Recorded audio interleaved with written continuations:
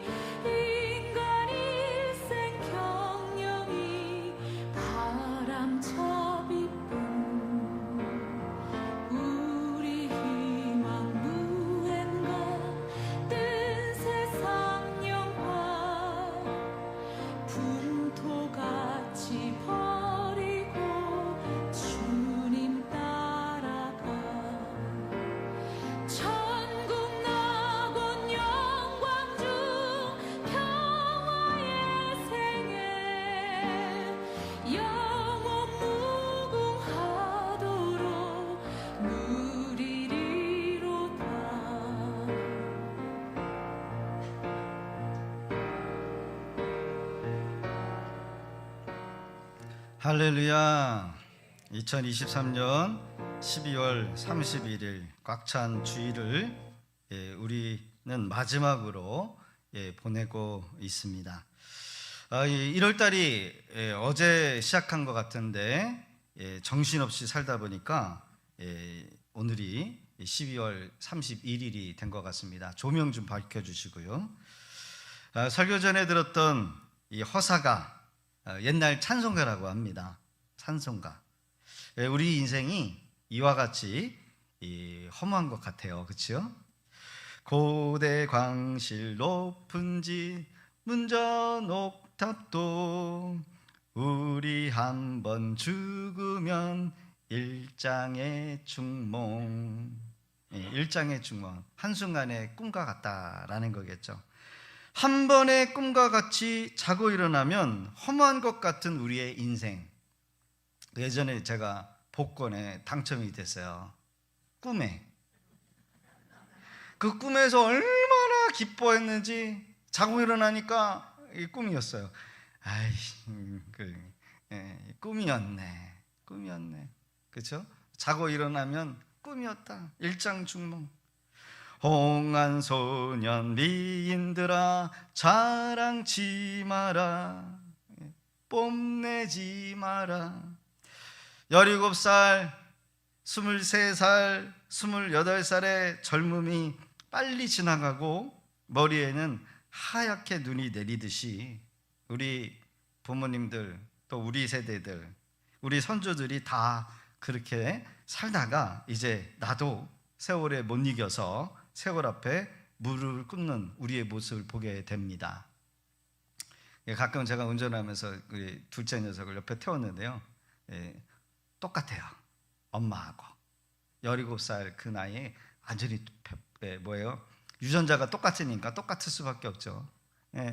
제가 27살에 만나가지고 결혼을 했는데 창창했던 그 모습에 머리를 보니까 하얗더라고요. 하얗대.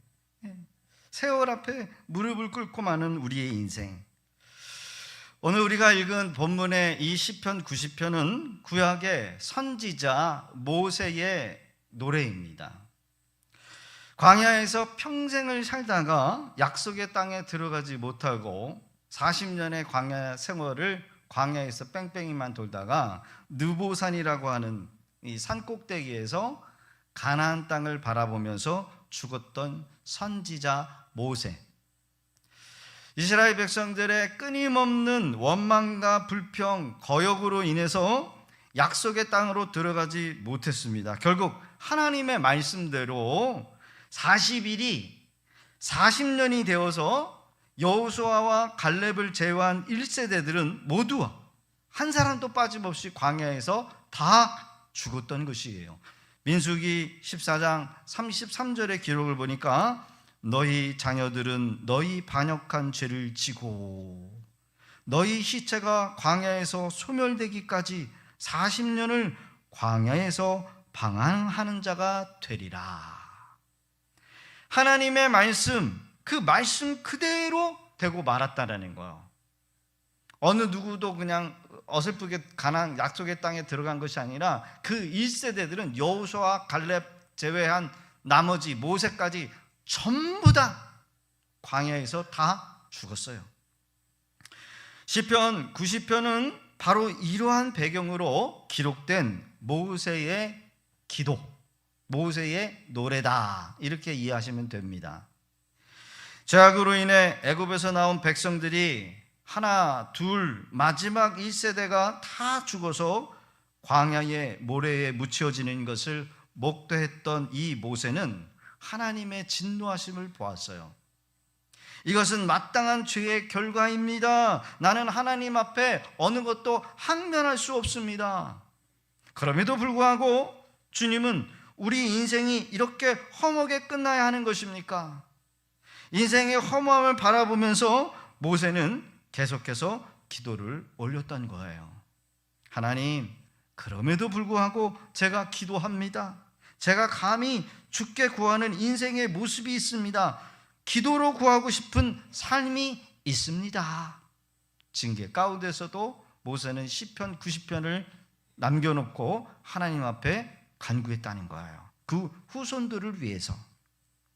본문 11절부터 17절에 모세 선지자가 구했던 몇 가지 종류의 기도의 제목이 있다는 거예요. 2023년이 다 지나가는 이 마지막 해에 꽉 찼어요. 그렇죠?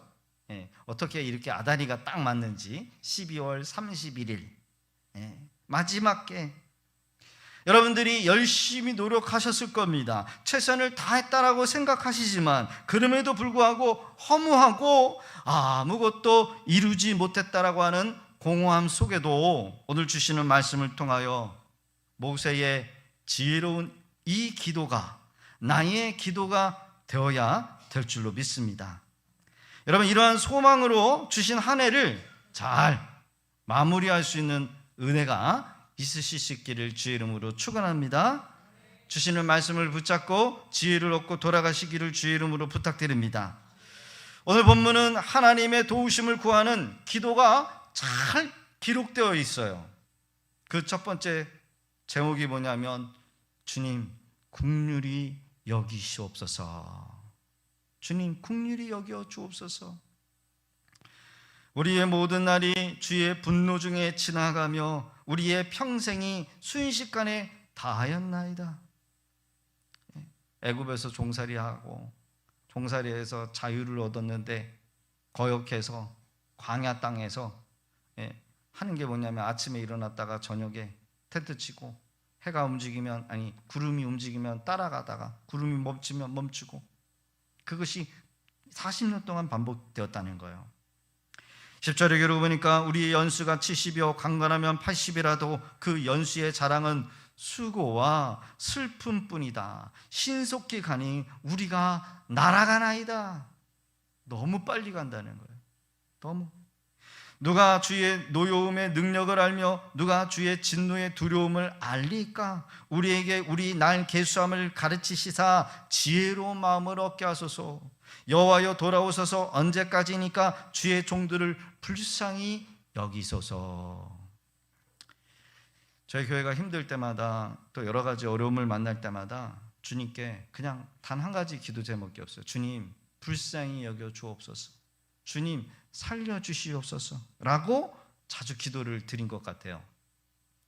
여러분 가장 힘들 때 가장 간절한 기도가 뭐예요? 주님 불쌍히 여겨 주옵소서 라고 하는 것 같습니다. 우리를 긍휼히 여기소서라고 하는 말 때는 여러분 말 뜻에는 진노를 거두어달라고 하는 의미가 담겨져 있습니다. 우리가 아무리 노력해도 하나님이 진노의 얼굴을 우리에게 향하시면 우리는요 아무것도 할 수가 없어요. 모든 것이 비극으로 끝나고 말 수밖에 없다는 겁니다. 그러나 우리는 모두가 인정하죠. 죄악투성이에요. 하나님의 진노를 받을 수밖에 없는 멸망의 자식, 멸망의 습관. 그러나 하나님은 이렇게 멸망당할 우리를 불쌍히 여기셨다는 겁니다. 예수를 믿게 함으로 망하지 않도록 하셨다는 거예요. 할렐루야. 우리가 아무리 못나도 하나님께서 우리를 불쌍히 여기시기에 우리에게는 소망이 있는 줄로 믿습니다. 그러게 우리는 행복이 있어요. 특히 모세는 주의 종들을 긍휼히 여기소서라고 기도합니다. 나만 불쌍히 여겨달라는 것이 아니에요. 저 사람도 불쌍히 여겨 주옵소서라고 기도하는 거예요. 우리 전체를 불쌍히 여겨달라고 간구하는 겁니다. 주의 일을 하는 종들을 불쌍히 여겨 주옵소서. 여러분, 우리는 이 땅에 수많은 슬픔을 안고 살아갑니다. 더구나 그 슬픔을 당할 때 그 슬픔을 그 누가 위로하지 못할 때 우리 인생은 더 지쳐만 갈 수 없다는 거예요. 여러분 슬픔은 더 큰 슬픔을 낳고 인생 살기, 여러분 살기조차 버거울 때가 있어요. 이렇게 눈물이 우리 앞을 가릴 때 우리는 하나님 앞에 이렇게 기도해야 합니다. 주여 우리를 긍휼히 여기소서. 인생의 비극은 우리가 주님을 마음으로 떠날 때 생기는 것, 시작으로부터라는 겁니다. 주님께서 우리를 불쌍히 여기시고 다시 돌아오셔서 우리를 회복할 수 있습니다. 살 수 있습니다 라고 간구하는 거예요. 이러한 모세의 기도는 앞으로 오실 메시아를 통해서 이루어지게 되어요. 할렐루야. 여러분 기도는 반드시 응답이 된다는 거예요. 따라합시다. 기도는 반드시 응답이 됩니다. 할렐루야. 육체로 오신 하나님께서 죄인된 인생을 찾아와 주셔서 인간이 감당할 수 없는 죄의 문제, 질병의 문제, 고통과 사망과 또 죄의 짐을 짊어지시고 십자가 위에서 마치 죄인처럼 여러분 우리 예수님이 죽으신 거예요. 저와 여러분들은 주님의 긍휼하심 때문에 구원받은 줄로 믿습니다. 이미 우리는 예수 안에서 구원받았어요. 그러게 여러분, 우리는 아직도 우리 주변에 여러분 주님을 모르는 우리 형제들, 이웃들, 가족들을 향하여 여러분 그들을 위해서 기도하고 그들을 주님처럼 섬겨야 될 줄로 믿습니다. 주님, 나를 불쌍히 여겨주심과 같이 내 주변에 내 사랑하는 가족도, 이웃도 주님의 은혜를, 주님의 이 사랑을 나를 통해서 알릴 수 있게 하여 주옵소서. 그러게 여러분, 국민을 여기서 주시옵소서라고 하는 것은 여러분 나만을 위해서 삶을 사는 것이 아니라 이제는 나를 통해서 다른 사람을 구원하는 삶을 살겠다라고 하는 그런 기도의 의미가 이 안에 담겨져 있다라는 겁니다. 내 것을 그들을 위해서 내어주고 여러분 섬길 때 여러분 참된 의미가 있는 삶이 되는 줄로 믿습니다. 2023년 여러분 52주를 우리가 여태까지 오면서 그렇게 살지 못했던 것을 다시 한번 우리가 점검하고 24년도에는 이제 주님을 또 복음을 위해서, 이웃을 위해서 여러분 살아낼 수 있는 그런 우리 성도님들 되시기를 주의 이름으로 부탁드립니다. 두 번째로는 일생 동안 즐겁고 기쁘게 해달라고 기도하고 있다는 거예요. 14절의 기록을 보면 아침에 주의 인자하심이 우리를 만족하게 하사 우리를 일생 동안 즐겁고 기쁘게 하옵소서.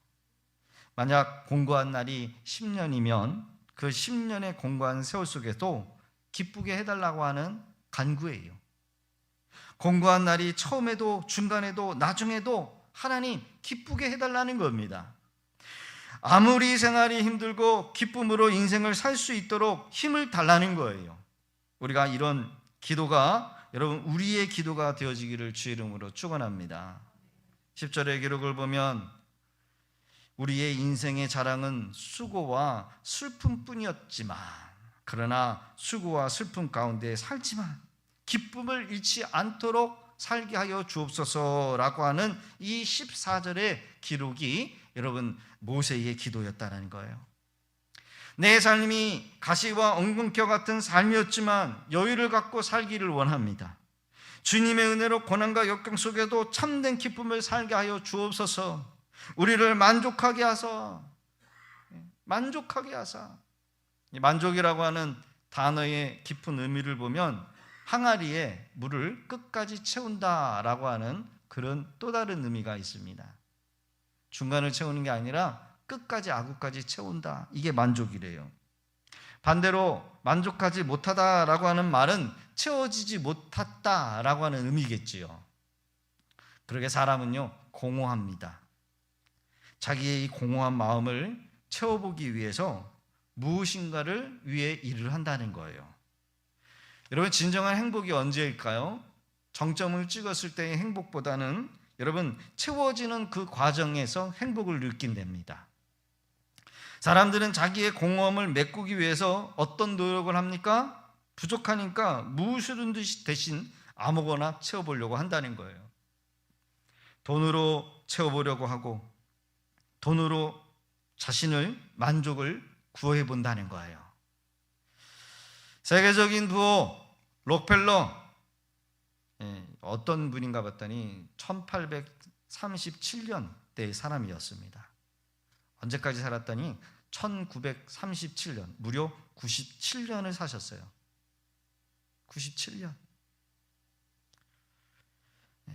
사망 당시 그의 재산이 얼마인가 했더니 14억 달러랍니다. 하나로 35조 4천억 원이래요. 35조 4천억 원. 얼마나 돈이 많았는지. 여러분 1차 세계대전이 1945년이고 우리 그 나라가 광복 48년인가요? 했는데 얼마만큼 이분이 일평생 사람이 쓰지 못할 돈을 벌었고 가졌는지를 우리가 볼 수 있다는 겁니다. 97세의 나이로 세상을 살다가 세상을 떠난 세계 최고의 부호 록펠러. 어느 신문 기자가 이 록펠러에게 질문을 던졌대요. 이 질문이 유명한 이야기가 됐답니다. 당신은 얼마나 더 벌어야 만족하실까요? 당신은 얼마나 더 돈을 벌어야 만족하시겠습니까? 이 질문에 록펠러가 유명한 말을 남겼다고 합니다. 뭘까요? 조금만 더 벌면 됩니다. 네. 여러분, 죽을 때 35조 4천억이 있는데 또 불구하고 조금만 더 벌면 된다는 거예요. 여러분, 만족한다는 얘기예요? 만족 못한다는 얘기예요? 못한다는 얘기예요. 지금 가지고 있는 것도 만족하지 못한다는 거예요. 조금만 더 벌면 조금만 더. 여러분, 얼만큼 더 있어야 만족할까요? 돈으로 채워질 수 없는 것이 인간의 터진 마음이라고 합니다. 터진 인간의 마음을 채울 수 있는 것은 이 세상 어느 것도 없다는 거예요. 실제로 저도 돈을 달라고 하나님 앞에 기도하니까 돈을 주시더라고요. 돈을 줬는데 만족할까요? 아유, 이왕이면 100만 원 달라고 그럴걸. 그래서 100만 원 놓고 기도해서 100만 원에 가지면은요, 아유, 이왕이면 내가 500만 원 달라고 그럴걸. 만족함이 없어요. 1억을 가져도요, 쓸 데가 없더라고요.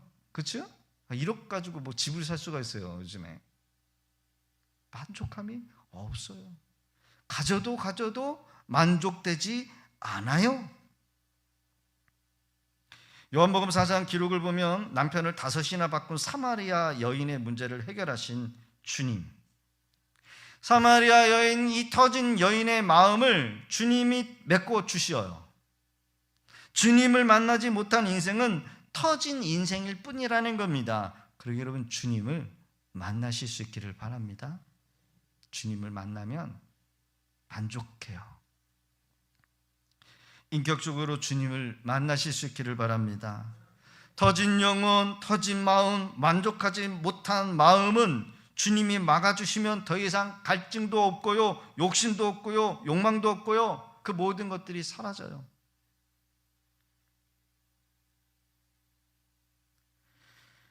시편 14절, 아침에 주의 인자하심이 우리를 만족하게 하사. 아침에 인자하심이 뭐길래 우리를 만족하게 한다 할까요? 아침에 주의 인자하심이 우리를 만족하게 하사 우리를 일생 동안 즐겁고 기쁘게 하옵소서. 주의 인자하심. 인자, 헬라어로 보니까 헤세드라고. 헤세드, 조건 없는 주님의 사랑. 조건이 없대요. 언약의 신실한 사랑을 헤세드라고 합니다.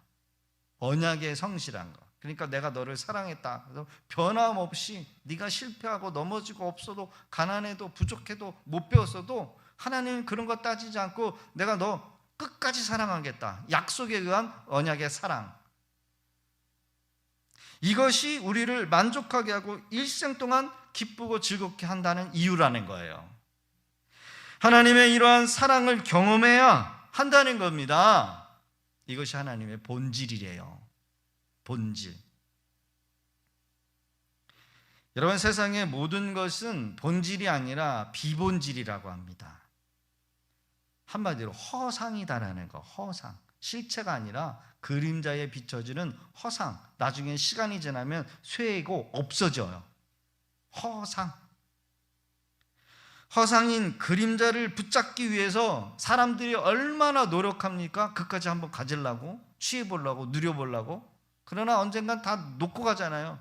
여러분들이 살고 있는 그 아파트도 언젠간 누구에게 줘야 되고요, 여러분들이 타고 있는 것도 다 여러분에게 폐차장 가야 되고요, 여러분들이 입고 있는 옷도 언젠가 다 쇠해서 버려져야 돼요. 허상이라는 거예요. 시간이 지나면 사라질 그림자. 참된 본질을 우리가 경험하게 되면 비본질은 아무것도 아니구나라는 것을 깨닫게 된다는 거예요. 답답하고 불안한 인생의 삶에서 확실하고 완전한 하나님을 만나서 여러분들의 마음에 참된 만족을 경험하시기를 주의 이름으로 축복합니다. 마지막으로 우리의 손이 행한 일을 견고하게 하소, 이렇게 기도를 올려요. 우리의 손이 행한 일을 견고하게 하소서. 17절에 주 우리 하나님의 은총을 우리에게 내리사 우리의 손이 행한 일을 우리가 견고하게 하소서. 우리의 손이 행한 일을 견고하게 해서 두 번이나 반복해서 간구간청하는 것을 보게 됩니다. 우리 손이 견고하게 해달라는 또 다른 의미가 뭘까요? 수고, 내가 애쓰고 수고하는 것이 헛수고가 되지 않게 해달라고 하는 말씀입니다. 헛수고. 한 달 동안 열심히 땀 흘려서 일을 해서 월급을 받았는데 뭐 투자를 해서 날려버리고 사기를 당하고 쓰리를 당하고 병원비로 다 나가버리고 카드값으로 다 나가서 없어지고, 누구의 집은 학원을 안 보내도 공부를 잘한다는데 투자를 했는데도 결과가 안 나오고 헛수고죠. 헛수고. 여러분, 헛수고를 경험하면 여러분 얼마나 분합니까? 요즘 보이시피싱, 저 아는 목사님도 보이시피싱 1억 원을 당했대요. 1억 원을. 기가 막혀.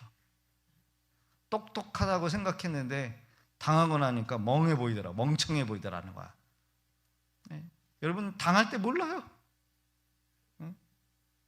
돈 다 가지고 다 보이시피싱한테 다 줘버려요. 요즘 조심해야 돼요. 그래서 이렇게 오는 문자도 함부로 이렇게 클릭하면은 돈이 빠져나가요. 함부로 모르는 번호도 받으면 안 돼. 내가 이제껏 이것을 하려고 그렇게 수고를 했는가? 새벽부터 밤늦게까지 엄청난 시간과 돈과 정력과 열정을 쏟아 부었는데 헛수고. 베드로가 예수님을 만나기 전에 밤이 맞도록 수고했지만 물고기 한 마리 건져내지 못했어요. 여러분, 그물을 깁는다라고 하는 수고는 정말 고된 겁니다. 옛날에 여러분 이렇게 모타보트가 있는 것도 아니고 배를 직접 갈릴리 바닷가까지 이렇게 져야 돼요. 져서 바다 한가운데까지 나가서 그물을 내리고요. 오늘날 같이 버튼 하나 넣으면 막 돌아가지고 그물이 끌려오는 게 아니라 사람들이 일일이 그물을 끌어올렸어요. 죽을 고생, 수고가 있었다는 거예요. 반대로 보람이란 어떤 일을 내가 했는데 그 결과를 얻고 누릴 수 있다라는, 그것이 바로 보람이라는 겁니다. 땀을 흘린 대가, 수고의 대가, 이것을 누릴 수 있는 인생, 먹을 수 있는 인생, 그 결과를 줄 수 있는 인생, 이것이 보람이다. 그런데 여러분, 그게 마음대로 되지 않는다는 게 문제죠. 왜 그렇습니까? 인생의 결과를 얻게 하시고 못 얻게 하시는 분이 바로 하나님이시다라는 거예요. 여러분, 농사가 농부 짓는 것도 과일을 이렇게 수확하는 것도 마찬가지죠. 어떻게 그 과일이 맛있게 당도를 내고 그 열매를 맺게 하는 게, 여러분, 사람은 못해요. 그냥 돌봐가지고 거름 줘서 이렇게 그러니까 결과 가을 때 되면은 그 결과물을 따내게 하는 것은 이 자연에 맡기는 거예요. 자연에 맡긴다는 얘기는 결국 하나님의 은혜, 하나님의 돌보심이 없으면 결과를 얻어낼 수 없다라는 말이 나는 거죠. 여러분, 그 증거가 어디 있습니까? 시편 127편에 여러분 분명하게 뚜렷하게 기록하여 나타나고 있다는 거예요. 시편 127편 1절과 2절, 여호와께서 집을 세우지 아니하시면 세우는 자의 수고가 헛되며 여호와께서 성을 지키지 아니하시면 파수꾼에 깨어 있음이 헛되다. 2절 같이 읽어볼까요? 시작. 너희가 일찍 일어나고 늦게 누우며 수고의 떡을 먹음이 헛되도다. 그러므로 여호와께서 그 사랑하는 자에게는 잠을 주시는 도다. 할렐루야. 사랑하는 자에게 잠을 준다는 거야. 잠을 잔다는 얘기가 얼마나 여러분 좋은 겁니까? 잠 못 이루시는 분들 많잖아요. 잠 깊이 못 주무시는 분들도 많잖아요. 지키지 아니하시면 헛되다라는 거예요. 누가 세우십니까? 누가 지키신다고 하셨습니까? 여호와 하나님께서. 여러분, 열심히 노력하는 건 좋지만 주님 말씀 안에서, 말씀의 원리 안에서 우리가 여러분 지켜야 돼요. 노력을 해야 돼요. 말씀 안에서, 말씀 밖에서, 말씀의 원리 밖에서 내 열심으로, 내 믿음으로 하는 건 신념이요, 종교 생활이에요. 주님 안에서, 말씀 안에서 우리가 여러분 조금 적게 버는 수익이라 한다 할지라도 하나님의 것을 구별하면서, 하나님 드릴 시간을 구별하면서 우리가 예배를 드리고 여러분 하나님 앞에 하는 것이 진정한 뭐예요? 복이 되는 겁니다. 조금 내 욕심으로 벗어나고 조금 내 욕심으로 내가 내 뜻대로 한다라는 것은 결국은 원점으로 다시 돌아갈 수밖에 없다는 것을 여러분 기억하실 수 있기를 바랍니다. 보람을 누리는 것은 나에게서 나오는 것이 아니라 하나님으로부터 오는 거예요. 따라해봅시다. 보람을 누리는 것은 나에게로서가 아니라 하나님께서로부터입니다. 할렐루야. 이것만 기억하시면 돼요. 이것만 우리가 행하시면 돼요. 2023년도 열매가 없고 헛수고를 했다라고 생각하시면 여러분, 우리가 하나님 안에 거하시면 돼요. 적게 벌든 크게 성공하지 않든 하나님이 주시는 은혜 안에서 내가 살다 보면 하나님께서 여러분 복을 주시는 거예요. 그 은혜의 주인공들이 저와 여러분 되시기를 주 이름으로 축원합니다. 말씀을 맺습니다. 여러분, 인생을 다 살고 난 후에 무엇을 남길 수 있을까요? 어느 큰 부자가 죽었답니다. 부자가 죽었대요. 그런데 그 부자의 친척 중에 그분의 재산을 노리는 사람이 있었던 모양입니다. 부자니까 거기 가면은 뭔가 거둘 게 있지 않을까? 그가 신던 옷, 그가 남긴 어떤 땅, 알지 못하는 땅, 그런 것들을 얻을 수 있지 않을까라고 생각했던 모양입니다. 그가 변호사를 찾아가서 물었습니다. 도대체 얼마나 남기고 죽었습니까? 얼마나 남기고 죽었습니까? 변호사 왈, 다 남겼습니다. 다 남기고 간 거죠. 다 놓고 가는 거예요. 다 남기고 가는데 남기고 가는 것이 무엇인지가 문제입니다. 무엇을 남기고 갔을까요? 제 서재에 가니까 5만 가지 잡동산들이 다 쌓여 있더라고요. 많이도 많이 물어다 주워놨네, 이런 생각이 들 정도로. 다 나눠줘야 될 텐데. 연필도요, 한 300개 되나 봐요. 과장해서. 그것만 팔아도 돈이 될 것 같아요. 책도 많고, 넥타이도 보니까요, 제가 전도사 시절 때부터 맨 넥타이 버리지 않고 거기에 쌓아놨는데 한 1000개가 넘을 것 같아요. 그냥 과장해서. 그렇게 많은 넥타이 와 있었어도요, 진짜 과장해서 전도사 시절 때부터 입었던 그 와이셔츠가 아직도 있는 것 같아요. 그렇게 많아요. 색깔별로. 여러분, 무엇을 남겼는가? 무엇을 남기고 가야 될 것인가? 2023년도 오늘 말씀을 듣는 우리 성도님들, 지난 1년 동안 주님을 위해서 무엇을 하셨습니까? 오늘 삶의 마지막이라고 한다면 주님 앞에 무엇을 남기고 가야 할까요? 세상을 위해서 남긴 것이 없다 할지라도 주님을 위해서 남긴 것이 있을까요? 어제 눈이 와가지고 우리 집사님한테 와가지고 눈 좀 치우라고 전화를 했더니 아들까지 왔더라고요. 눈을 쓸고 와서 고생을 많이 했다, 이렇게 얘기를 했더니 저희 아내가 이런 말을 했다고 합니다. 내가 오늘 치운 눈과 고생은 주님께 남긴 거야.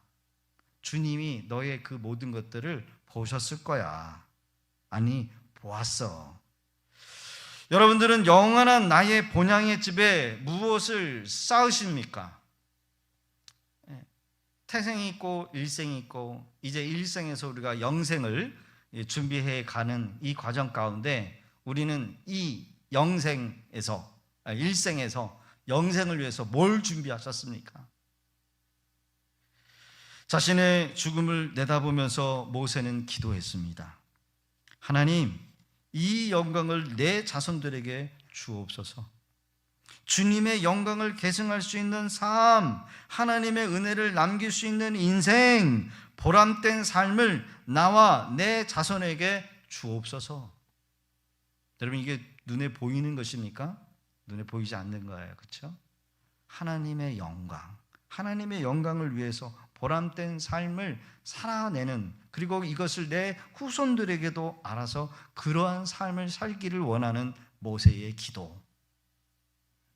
여러분, 많은 재산을 남겨주시기보다는 여러분 믿음으로 하나님의 영광된 삶을 살아내는 그 삶을 자손들에게 가르칠 수 있기를 주 이름으로 부탁드립니다.